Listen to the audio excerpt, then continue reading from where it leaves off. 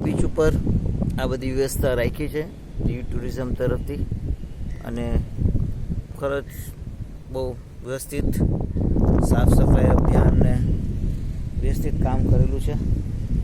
અને અહીંયા ઉદ્ઘાટન થયું નથી પણ ત્યાં ફ્રેશ થવા માટે બધી વ્યવસ્થા રાખી છે. ઘણા બધા માણસો છે જે ક્લીન કરે છે બીચને રેગ્યુલર.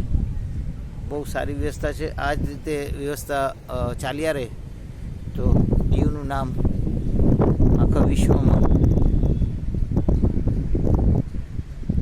આવી જશે. ત્યાં ગાર્ડન પણ બની ગયું છે. ગાર્ડન પણ બહુ સરસ છે પણ સ્ટાર્ટ થયું નથી. સ્ટાર્ટ થશે થોડાક દિવસમાં. આમાંથી ઘણા બધાને દીવમાં બિઝનેસ મળશે અને માણસો ત્યાં આવીને પર્યટકો એન્જોય કરશે.